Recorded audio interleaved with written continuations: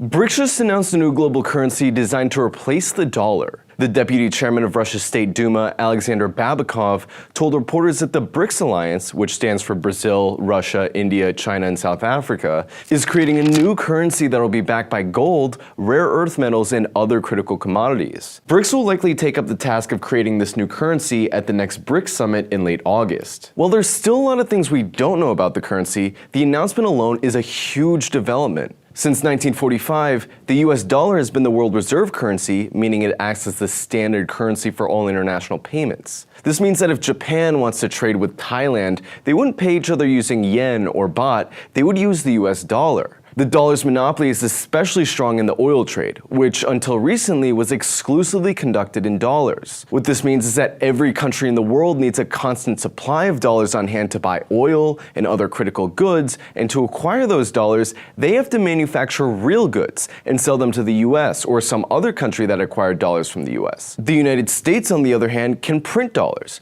meaning they can essentially go into debt for free. Economist Barry Eichengreen describes it as the following. It costs only a few cents for the Bureau of Engraving and Printing to produce a $100 bill.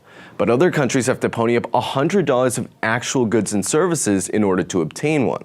The other thing is that since the world financial system was set up by the US and relies so heavily on the dollar, the US also has the power to exclude countries from the international financial system. The US controls SWIFT, the international payment system which basically functions as the blood vessels of the world financial system. The US has weaponized SWIFT by banning countries it doesn't like from it, like Cuba, Iran, and North Korea. The US also takes advantage of the fact that many countries store their foreign reserves in US banks and dollar-denominated assets. The most brazen example of this was after the Russian invasion of Ukraine, when the US froze over $600 billion of gold and foreign reserves held in US and EU banks, making Russia unable to pay its foreign debts. So how would a new BRICS currency change this? Well, the US has the power to print money and unilaterally exclude and punish countries because the world relies on the dollar. But if enough countries make the collective decision to abandon the dollar and rally around new currencies that the US doesn't control, the US wouldn't have the power to manipulate the world financial system like it does now. Skeptics often say that no currency will replace the dollar because not enough countries will adopt it. But the 5 BRICS countries alone represent a whopping 40% of the world's population.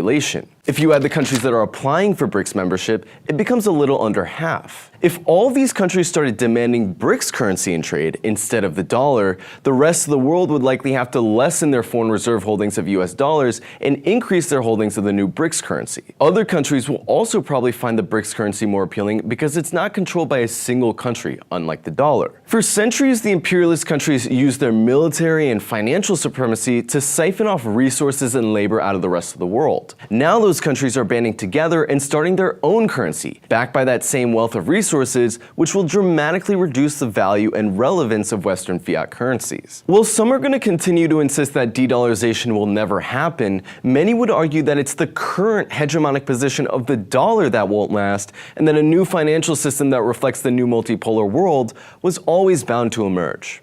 Thank you so much for watching, everyone. I hope you enjoyed this video. We've been talking a lot about de-dollarization lately, and the thing about de-dollarization is that it's coming, but it's not quite here yet. And that means that here at Breakthrough News, we still need dollars to function, to fund our day-to-day operations. We're asking you, if you've ever found a Breakthrough News video insightful, if you've ever learned anything from watching Breakthrough, if you've ever enjoyed one of our videos or shared it, please consider becoming a patron. You can go to our website at breakthroughnews.org and you'll see the Patreon link. There you can sign up. There's a $25 a month tier, which comes out to about 67 cents a day. You can also do the $5 a month tier, which comes out to 16 cents a day.